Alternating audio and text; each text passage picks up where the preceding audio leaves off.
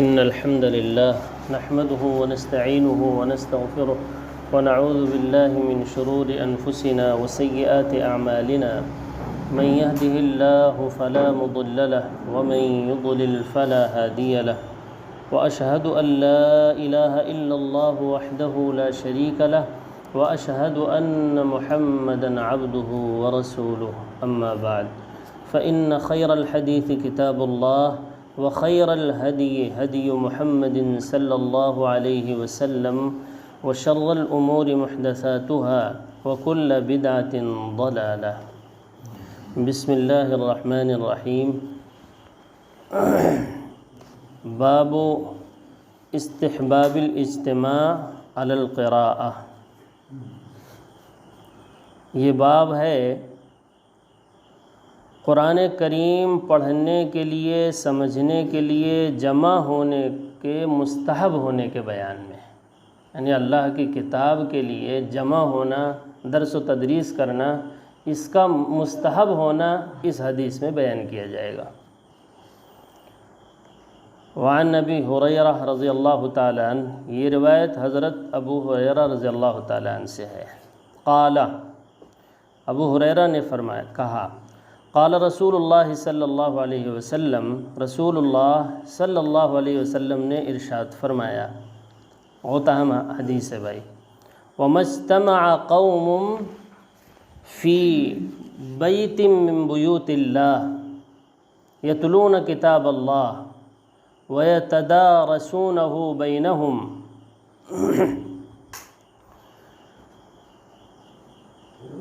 اللہ کے گھروں میں سے کسی بھی گھر میں، یعنی کسی بھی مسجد میں، اللہ کا گھر تو مسجد ہی کہلاتا ہے، اللہ کے گھروں میں سے کسی بھی گھر میں کوئی قوم جب جمع ہوتی ہے اور جمع ہو کر کیا کرتی ہے، یتلون کتاب اللہ، سب سے پہلے اللہ کی کتاب کی تلاوت کرے، اس کے بعد وَيَتَدَارَسُونَهُ بَيْنَهُمْ، اور ان باتوں کو جو تلاوت کیا ہے اس کا درس دے۔ درس دینے کا مطلب کیا ہے؟ سمجھے اور سمجھائے، اللہ کی کتاب کی بات اور اس کے مفہوم، معنی اور مطلب کو آپس میں کیا کرے بھائی؟ سمجھے اور سمجھائے۔ تو 4 انعامات اللہ کرتے ہیں، یہ وہ انعام ہے جو اللہ نقد عطا کرتے ہیں، باقی جب عمل کرے گا تو وہ تو ملے گا ہی۔ لوگ کہتے ہیں کہ صاحب درس سے کیا فائدہ؟ اب آپ دیکھیے کون سا فائدہ ہے، نقد فائدہ۔ اللہ کی کتاب کے درس و تدریس سے جو نقد فائدہ ملے گا وہ یہ ہے۔ اب کسی کی زبان پر یہ نہیں آنا چاہیے کہ درس سے کیا فائدہ۔ اب دیکھو کیا فائدہ اللہ کے نبی بتا رہے ہیں۔ پہلی چیز، الا نزلت علیہم السکینہ، سب سے پہلا انعام یہ کرتے ہیں اللہ تعالیٰ نقد، کہ سکینت اس پر نازل کرتے ہیں، دل میں خاص سکون۔ اگر مومن ہے واقعی میں تو اس کو قرآن سے سکون ملتا ہے، اور اگر منافق ہے تو اس کو قرآن سے سکون نہیں ملتا۔ پتہ چلا کہ اتنا بے چین ہے کہ زیادہ دیر بیٹھ ہی نہیں پاتا، فوراً بھاگے گا وہ۔ یہ منافق کی علامت ہے کہ قرآن کے درس میں اس سے بیٹھا ہی نہیں جاتا۔ پتہ چلا کہ بس وہ جیسے ہڑبڑاہٹ مچی ہوئی ہے اندر، بس وہ کسی طریقے سے نکلے یہاں سے۔ اور جو مومن ہوتا ہے اس کو قرآن کے درس سے کیا ملتا ہے؟ ایک خاص قسم کا سکون محسوس کرتا ہے، جیسے وہ عجیب و غریب دنیا میں آ پہنچا ہو، تمام جھمیلوں سے ہٹ کر۔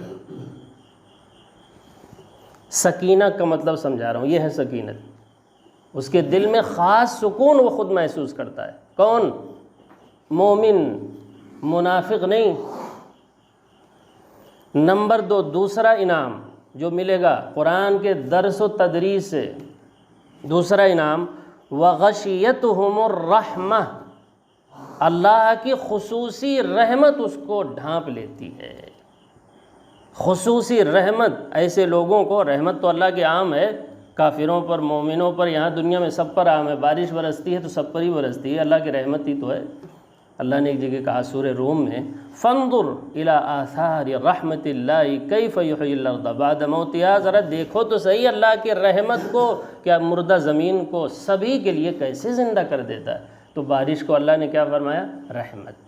یہاں رحمت سے مراد خصوصی رحمت، جو درس سننے والوں کو ہی ملتی ہے، اللہ کی رحمت ان کو ڈھانپ لیتی ہے۔ 2 ہو گیا۔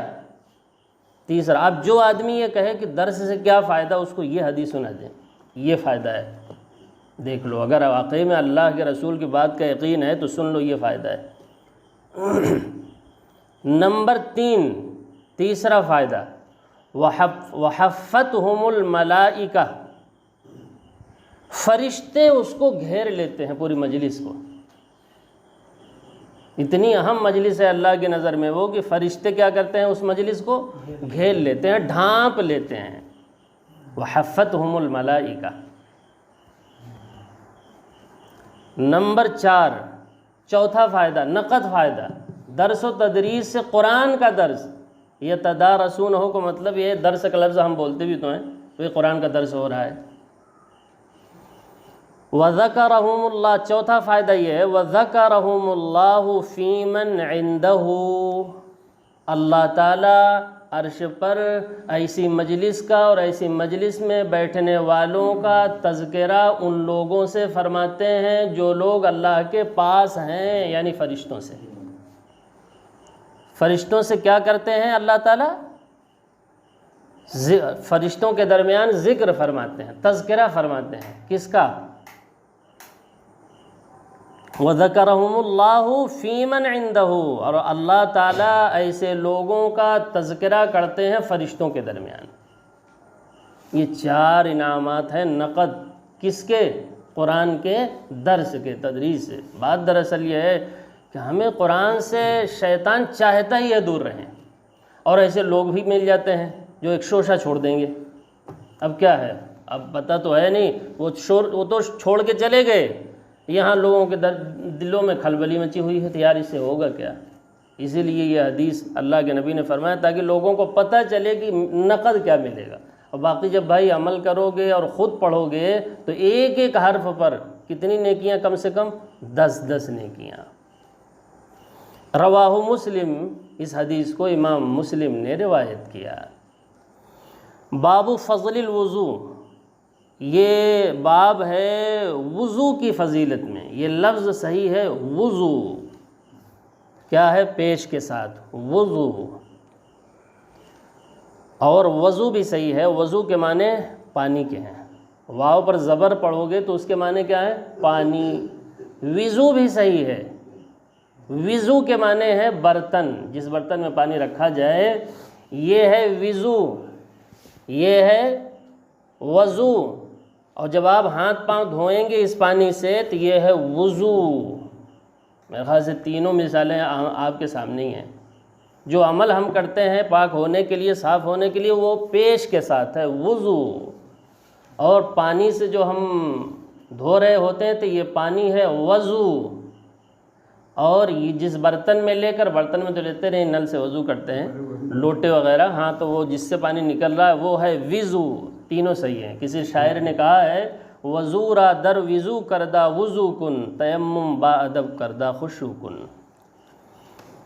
اچھا، قال اللہ تعالی، اللہ تعالیٰ نے ارشاد فرمایا، اعوذ باللہ من الشیطان الرجیم، یا ایہا الذین آمنوا اذا قمتم الی الصلاۃ فاغسلوا وجوہکم، یہ آیت وضو ہے، 6 پارے میں ہے سورہ مائدہ میں۔ اللہ تعالیٰ نے ارشاد فرمایا ایمان والوں سے، ظاہر سی بات ہے وضو کون کرے گا؟ ایمان والا ہی کرے گا۔ اے ایمان والو، اذا قمتم الی الصلاۃ، جب تم کھڑے ہو نماز کے لیے، یعنی نماز کے لیے کھڑے ہونے کا ارادہ کرو، یہ نہیں کہ یہاں کھڑے ہو جاؤ تب وضو جا کے کرو۔ قرآن کے ظاہری لفظ سے یہی ترجمہ بنتا ہے، لیکن یہ مطلب نہیں ہے۔ جب تم ارادہ کرو نماز پڑھنے کا تب یہ کام کرو، کیا؟ فَاغْسِلُوا وُجُوهَكُمْ، یہاں فرائض بیان ہو رہے ہیں۔ وضو میں کتنے فرض ہیں؟ 4 فرض ہیں، چاروں کا بیان آیت میں ہے، باقی سنتیں ہیں جو آپ کو حدیث میں ملے گی۔ اس سے پہلے وہ جانتے ہی ہیں، کلی کرنا، ناک صاف کرنا، اور پہلے یہاں تک ہاتھ دھونا، چونکہ آپ کو پاک کرنا ہے اس سے نا، پہلے یہ صاف کر لو، یہ حکم پہلے اسے صاف کر لو، چونکہ اب اسی سے سب آپ کو صفائی کرنا ہے، پہلے اسے صاف ہونا چاہیے۔ اور اس کے بعد کلی کرنا، اس کے بعد وہی ناک صاف کرنا، ناک بائیں ہاتھ سے صاف کرنا چاہیے۔ کتنے لوگوں کو ہم دیکھتے ہیں کہ داہنے ہاتھ سے بے تکلف ناک صاف کر رہے ہیں، اللہ ان کو جو ہے سمجھ دے صحیح، انہیں پتہ نہیں استنجا کس سے صاف کرتے ہیں، جب ظاہر میں یہاں صاف کر رہے ہیں داہنے ہاتھ سے ناک، تو کہیں ایسا نہ ہو یہ بھی شبہہ ہے کہ استنجا بھی داہنے ہاتھ سے صاف کرتے ہوں گے۔ تو یہ سمجھ لیجئے بھائی اچھی طرح کہ چاہے استنجا ہو، جتنے بھی گندے کام ہیں، یہ 2 ہاتھ اللہ نے بنائے ہیں گندے کام کے لیے، بایاں ہاتھ اللہ نے بنایا، اور اچھے کام کے لیے داہنا ہاتھ۔ کھانا کھاؤ داہنے ہاتھ سے، ناک صاف کرنا ہو تو خیال کر کے، میں یہ سمجھتا ہوں ہو سکتا ہے بے خیال، لیکن بے خیالی میں نہیں کرتے، مستقل آپ دیکھیں گے کہ داہنے ہاتھ سے صاف ہی کرتے ہیں ناک کو۔ اس کا مطلب یہ ہے کہ بچپنے میں ان کو سکھایا پڑھایا گیا ہی نہیں، ان کے والدین نے ٹوکا ہی نہیں۔ اچھا والدین اگر نہ سکھائیں تو بعد میں کوئی سکھا سکتا ہی نہیں۔ ہم اور آپ کہہ سکتے ہیں؟ بگڑ جائیں گے، آپ سے لڑ پڑیں گے۔ ہاں یہ عمومی مجلس میں آپ کہہ دیں اور سمجھ آ جائے تو ٹھیک ہے، وغیرہ چھوڑ دیجئے۔ ناک جو ہے کس سے صاف کرنا چاہیے؟ چاہے آپ یہاں صاف کریں چاہے وہاں صاف کریں، بائیں ہاتھ سے صاف کرنا چاہیے۔ بائیں ہے نا، داہنے سے نہیں، بائیں ہاتھ سے صاف کرنا چاہیے۔ ہر گندا کام بائیں ہاتھ سے کرنا چاہیے۔ جوتا اٹھانا ہو تو کس سے اٹھائے؟ بائیں ہاتھ سے، داہنے سے نہیں۔ ہر اچھا کام، قرآن پاک پکڑنا ہو، کتاب پکڑنا ہو تو پھر داہنے ہاتھ سے، اور جوتا پکڑنا نوبت آئے جوتا پکڑنے کی تو بائیں ہاتھ استعمال کریں۔ یہ خیال رکھنا چاہیے، یہ خیال نہیں رکھتے لوگ۔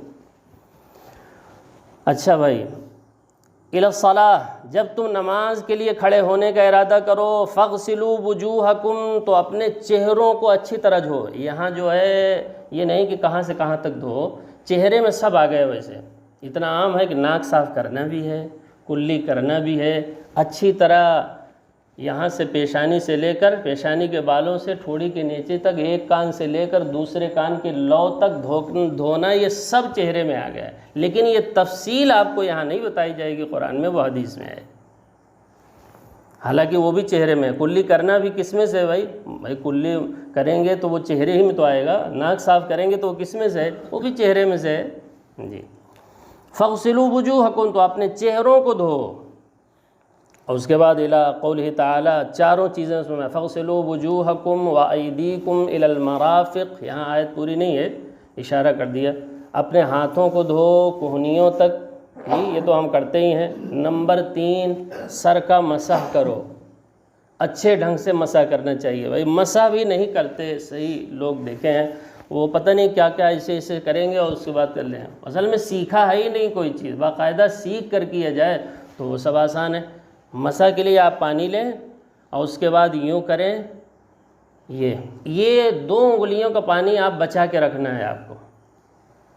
اس طرح لے جائیں پیچھے کی طرف، یہاں تک لے جائیں گردن تک، اور اس کے بعد پھر واپس لائیں۔ ہو گیا؟ یہ 2 انگلیوں کا پانی آپ کا بچا ہوا ہے، اس کو آپ نے استعمال نہیں کیا، خالی اتنا ہی استعمال کیا ہے۔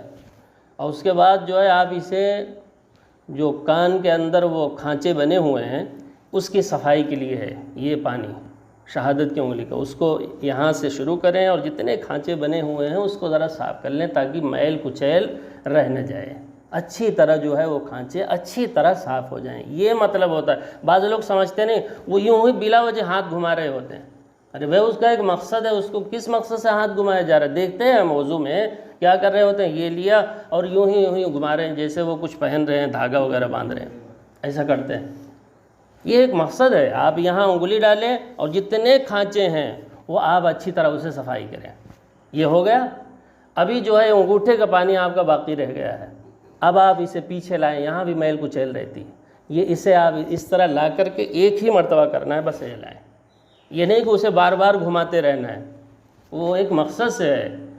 یہ انگوٹھا کیسے لائیں گے؟ دیکھیے خود اس کو اپنے طور سے کر لیں، بعد میں کر لیں تبھی یہ یاد رہے گا، ورنہ یاد نہیں رہتا۔ یہ آپ پیچھے سے لائیں انگوٹھا کا، جو میل ہے ادھر صاف ہو جائے، ہو گیا مسح مکمل۔ اچھا یہ مسح ہو گیا، تیسرا فرض ہے تو مسح کرنا، اور چوتھا فرض کیا ہے بھائی؟ چوتھا فرض ہے ٹخنوں تک پاؤں دھونا۔ بال برابر بھی خشک نہیں رہنا چاہیے، اور ایک غلطی وضو میں کی جاتی ہے، انگلیوں کا خلال عام طور سے لوگ نہیں کریں گے جی. اگر بال برابر سوکھا رہ گیا تو آپ کا وضو نہیں ہوا، وضو نہیں ہوا تو نماز بھی نہیں ہوگی. اس لیے خیال کر کے انگلیوں میں، اس چھوٹی انگلی سے کیا کرنا چاہیے بھائی، پاؤں کی انگلیوں میں خلال کرنا چاہیے، ضروری ہے. جن خاص طور سے جن کی انگلیاں جو ہے سٹی ہوئی ہیں ان کو تو اور دھیان دینا چاہیے. اچھا بھائی، روایت سن لیں. وعن ابی ہریرہ رضی اللہ تعالیٰ عنہ، یہ روایت حضرت ابو ہریرہ رضی اللہ تعالیٰ عنہ سے ہے. کہتے ہیں سمعت رسول اللہ صلی اللہ علیہ وسلم، میں نے رسول اللہ صلی اللہ علیہ وسلم کو ارشاد فرماتے ہوئے سنا. یقول، وہ آپ فرماتے ہیں، ان امتی یدعون یوم القیامہ غرا محجلین من آثار الوضوء. میری امت کو قیامت کے دن اس حال میں پکارا جائے گا اور بلایا جائے گا کہ غرم محجلین من آثار الوضوء، وضو کے آثار کی وجہ سے ان کے اعضائے وضو چمکتے ہوں گے، ایک دم ہر امت سے جدا ہوں گے. وہ غرن کہتے ہیں جس جانور کی پیشانی سفید ہو. گھوڑا کو دیکھا ہوگا آپ نے، بعض گھوڑوں کے پیشانی پر کیا ہوتی ہے، سفیدی ہوتی ہے، اس کو کہتے ہیں غرن، چمکدار چہرے والا. محجلین کے معنی آتے ہیں جس کے ہاتھ اور پاؤں، جس گھوڑے کے اگلے اور پچھلے دونوں پاؤں میں سفیدی ہو، وہ خوبصورت گھوڑا مانا گیا. تو غرم محجلین کا مطلب ہے، غرن مانے چہرہ بھی چمک رہا ہوگا، محجلین مانے ہاتھ اور پاؤں جہاں تک وضو کرتے ہیں آپ وہ بھی چمک رہے ہوں گے. یہ ترجمہ بنتا ہے غرم محجلین کا. من آثار الوضوء، وضو کے اثر کی وجہ سے، اسی لیے اہتمام سے وضو کرنا چاہیے. آگے فرمایا فمن استطاع منکم ان یطیل غرتہ فلیفعل، تم میں سے جو طاقت رکھتا ہو، استطاعت رکھتا ہو، یہ کام کر سکتا ہو تو وہ کیا کرے. یہ خاص بات ہے جو ہمیں کرنا ہے. وہ کیا، ان یطیل غرتہ، اپنے چمک کو وہ بڑھائے. کیا مطلب، وہاں تک تو آپ کو دھونا ہی ہے، تھوڑا اور دھو لیجئے تاکہ آپ کی چمک یہاں تک ہو جائے. سمجھ رہے، چہرے کو آپ اچھی طرح دھو لیجئے، ذرا بھی اس میں کسر باقی نہ چھوڑیے تاکہ پورا چہرہ ہی زیادہ دور تک آپ کا چہرہ چمکتا رہے. جہاں تک آپ دھوئیں گے وہاں تک چمکتا رہے گا. پاؤں میں بھی ٹخنوں تک اکتفا نہ کیجئے، تھوڑا سا اور پنڈلی تک لے جائیے، بڑھا لیجئے اگر ہو سکے تو. یہ مطلب ہے ان یطیل. ان یطیل مانے ذرا طول کیجئے، لمبا کر دیجئے اپنے غرتہ، اپنے چمک کو بڑھائیے، یعنی اور تھوڑا سا حصہ لے کے وضو کیجئے. فلیفعل، اس کو چاہیے کہ اس طرح کر لے جو طاقت رکھتا ہو کر سکتا ہو. متفق علیہ، یہ روایت متفق علیہ ہے. وعنہ، اور حضرت ابو ہریرہ ہی سے یہ روایت بھی ہے، قال کہتے ہیں سمعت خلیلی صلی اللہ علیہ وسلم، میں نے اپنے خلیل اور دوست یعنی نبی صلی اللہ علیہ وسلم سے خود سنا. یقول، آپ فرما رہے تھے، بڑی عام بات، تبلغ الحلیۃ من المؤمنین حیث یبلغ الوضوء، مومن کا زیور وہاں تک ہوگا جہاں تک وضو پہنچے گا. یعنی آپ کو جو زیورات پہنائے جائیں گے وہ کہاں تک پہنائے جائیں گے، جہاں تک وضو کے اعضاء آپ دھوئے ہوئے ہوں گے، وہ چمک رہے ہوں گے، وہاں تک جنت کے اندر آپ کو کیا پہنائے جائیں گے، زیورات پہنائے جائیں گے. رواہ مسلم، اس کو امام مسلم نے روایت کیا. وعن عثمان ابن عفان رضی اللہ تعالیٰ عنہ، یہ روایت حضرت عثمان ابن عفان رضی اللہ تعالیٰ عنہ سے، قال، آپ نے فرمایا، قال رسول اللہ صلی اللہ علیہ وسلم، رسول اللہ صلی اللہ علیہ وسلم نے ارشاد فرمایا، من توضأ فاحسن الوضوء، جو آدمی وضو کرے اور بہترین طریقے سے، بہت اہتمام سے وضو کرے، خرجت خطایاہ من جسدہ، تو اس کا نقد جو فائدہ اس کو وضو کو ملے گا وہ یہ کہ اس کے جسم سے اس کی خطائیں اور گناہ جو ہے سب معاف ہو جائیں گے، سب جھڑ جائیں گے. لیکن صغیرہ گناہ بھائی، کبیرہ گناہ بغیر معافی مانگے توبہ کرے معاف نہیں ہوتا. اسی طریقے سے حقوق اللہ، حقوق العباد نہیں. پتہ چلا کسی کا پیسہ لیے ہیں، اچھی طرح وضو کر لیے تو سب معاف. اب بتا دیں کہ صاحب ہم نے بہترین وضو کیا ہے اس لیے جو ہے ہم پیسہ نہیں دیں گے آپ کو، تو یہ 1 ٹکا بھی بھائی معاف نہیں ہوگا. وہ جتنے بھی اعمال بتائے جاتے ہیں نا کہ آپ جو ہے آیت الکرسی پڑھ لیجئے ایک مرتبہ تو سارے گناہ معاف ہو جائیں گے، تو یہ سب کون سے گناہ ہیں؟ صغیرہ گناہ، حقوق اللہ، حقوق العباد نہیں۔ اسی طریقے سے یہ بھی آپ حدیث میں سنتے ہیں کہ اگر کوئی حج کر کے آتا ہے تو وہ ایسے ہوتا ہے جیسے ابھی پیدا ہوا ہے، یعنی کوئی گناہ اس پر باقی نہیں رہتا۔ تو اس کا مطلب بھی یہی ہے کہ لوگوں کے حقوق ایک ٹکا بھی کوئی معاف ہونے والا حج سے نہیں ہے، وہ آپ کو دینا پڑے گا۔ اچھا، اس طرح اگر وضاحت لوگ عام طور سے کرتے نہیں ہیں، اس لیے بہت سے لوگوں کو دھوکہ ہو جاتا ہے، وہ سمجھتے ہیں ہم تو سب ہمارا معاف ہو گیا۔ جی، تو خرجت خطایاہ من جسدہ، تو اس کی خطائیں اس کے جسم سے نکل جاتے ہیں۔ خرجہ معنی نکلنا، نکل جاتی ہیں۔ حتی تخرج من تحت اظفارہ، یہاں تک کہ اس کے ناخون سے کے نیچے سے بھی جتنے جو ہے خطائیں ہوتی ہیں وہ بھی جھڑ جاتی ہیں، یعنی اس مطلب یہ ہے کہ ناخون کے نیچے بھی آپ کو دھونا ہے۔ اچھی طرح وضو کریں گے تب تو۔ یہ کیوں کہا جا رہا ہے ناخون کے نیچے؟ جس کا ناخون بڑھا ہوتا ہے اس کے جو ہے جسم تک، چمڑی تک پانی پہنچتا نہیں ہے، لہذا ناخون کاٹنے کا بھی اہتمام کرنا چاہیے۔ بہت سے لوگوں کو دیکھتے ہیں کہ ناخون خوب بڑے بڑے رکھے رہتے ہیں، پتہ نہیں کیوں رکھے رہتے ہیں، حالانکہ اس سے وضو میں بھی پانی پہنچتا نہیں ہے۔ بعض مرتبہ اگر غفلت سے ہم وضو کریں گے تو پانی وہاں نیچے نہیں پہنچے گا، اسی لیے کم سے کم جمعہ کو کیا کرنا چاہیے بھائی؟ ناخون کاٹ لینا چاہیے۔ باہر تو دیکھا ہے باقاعدہ پولیس والے چیک کرتے ہیں ہوٹلوں میں جا کر کے کہ جو روٹی پکا رہا ہے اس کے ناخن بڑھے تو نہیں، اگر بڑھے ہوئے ہیں تو جیل ہے۔ اس کا مطلب تو سب کو گندگی کھلا رہے ہو، اس لیے چیک ہوتے ہیں وہاں باقاعدہ، اچانک پہنچ جاتے ہیں ناخن چیک کراؤ۔ تو ہم لوگ بھی اپنے گھر والوں کو، بچوں کو دیکھنا چاہیے ناخن بڑھے تو نہیں ہیں جی، ان کے ناخن کٹوائیں، اپنے بھی ناخن کاٹنا چاہیے۔ حتی تخرج من تحت اظفارہ، یہاں تک کہ اس کے ناخون کے نیچے سے بھی جو گناہ ہیں وہ بھی جھڑ جاتے ہیں۔ لیکن کب جھڑیں گے؟ جب ناخون کے نیچے پانی پہنچے گا تب جھڑیں گے۔ یہ اشارہ دیا جا رہا ہے کہ آپ ناخون کو کاٹیں بھی اور وہاں تاکہ پانی پہنچ جائے۔ جی اچھا، ایک آخری روایت چلے سن لیں، اس میں سے بہت اہم ہے۔ حضرت عمر ابن خطاب رضی اللہ تعالیٰ عنہ سے ہے، عن النبی صلی اللہ علیہ وسلم، وہ نبی صلی اللہ علیہ وسلم سے روایت کرتے ہیں، قال، آپ نے فرمایا، ما منکم من احد یتوضأ فیبلغ او فیسبغ الوضوء، تم میں سے کوئی بھی بہترین طریقے سے وضو کرے، ثم یقول، پھر یہ کہے، بہترین وضو کرنے کے بعد یہ کہنا ہے کیا؟ اشہد ان لا الہ الا اللہ وحدہ لا شریک لہ واشہد ان محمدا عبدہ ورسولہ۔ آسان دعا ہے۔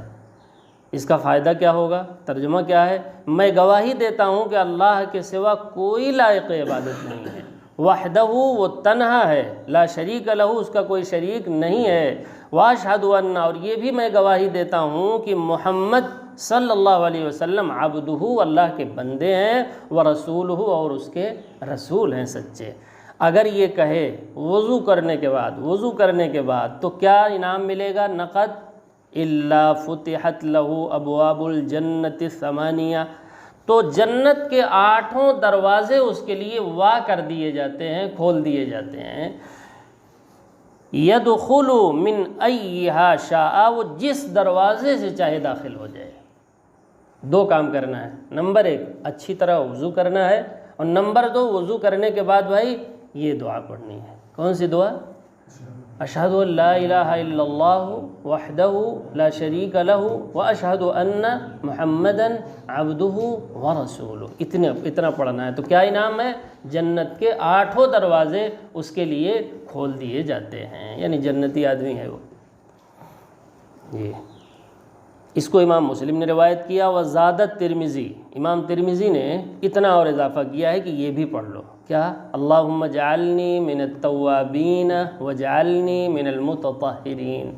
امام مسلم نے تو اتنا ہی ذکر کیا، اتنا بھی آپ پڑھ سکتے ہیں، اور اگر آپ یاد کر کے یہ بڑھا لیں تو اور بھی اچھی بات ہے۔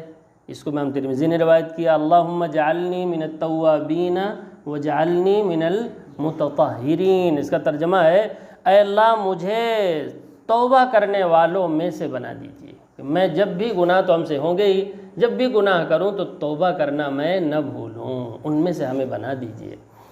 اور وجعلنی من المتطہرین، اور مجھے پاک باز لوگوں میں سے بنا دیجئے، جو ظاہری اعتبار سے بھی پاکی حاصل کرتے ہیں اور باطنی اعتبار سے بھی اپنے گناہوں سے پاکی حاصل کرتے ہیں، اس میں سے ہمیں بنا دیجئے۔ ظاہر سی بات ہے جب ہم نے وضو کیا تو ظاہری پاکی ہو گئی کہ نہیں جی، اور گناہوں سے بھی اللہ تعالیٰ معاف کر دیتے ہیں، اس کے گناہ بھی وضو کی وجہ سے، تو باطنی پاکی بھی حاصل ہو گئی۔